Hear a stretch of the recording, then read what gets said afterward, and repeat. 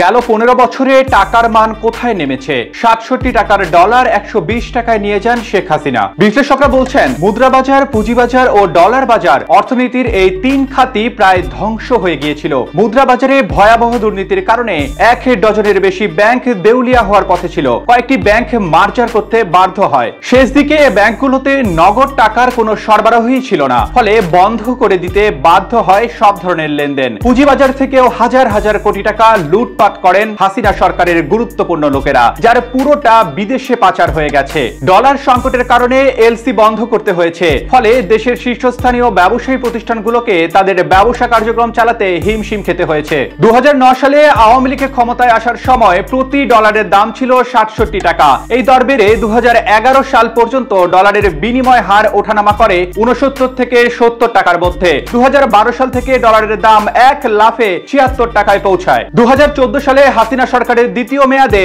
Dollar বাজার অস্থিতিশীল হয়ে ওঠে। ব্যাংক থেকে নানা জালিয়াতি করে অবাধে ডলার পাচার শুরু হয়। সরকার বিদেশি ঋণ এনে এই ঘাটতি মেটানোর চেষ্টা করে। টাকার অবমূল্যায়ন করা হয় কয়েক দফায়। এতে টাকার মান কমতে কমতে গিয়ে একেবারে তলানিতে ঠেকে। 2010 সালে জানুয়ারি মাসে দেশে সোনার ভরি ছিল 32,892 টাকা। 2024 সালে জানুয়ারিতে এসে ভরি দাঁড়ায় 1,12,440 টাকা। অর্থাৎ 15 বছরে টাকার অবমূল্যায়ন সাধারণ মানুষের কষ্ট বাড়িয়েছে ভয়াবহভাবে। 2010 সালে যে মোটা চালের কেজি ছিল 24 থেকে 26 টাকা, এখন সেটা 60 টাকার উপর। 2010 সালে গরুর মাংসের কেজি ছিল 300 থেকে 320 টাকা। 2023 সালে গরুর মাংসের কেজি হয় 800 টাকার উপর। বিগত সরকার নতুন টাকা ছাপিয়ে ঋণ নিয়ে উন্নয়ন বাজেটে ব্যবহার করে দেশের অর্থনীতিকে ভয়াবহ ঝুঁকির মধ্যে ফেলে দেয়। এদিকে বিদেশি মুদ্রার বাজারে অস্থিরতা বিরাজ করায় অনেক বেসরকারি কোম্পানিও বর্তমানে ক্ষতির সম্মুখীন। ডলারের বিপরীতে টাকার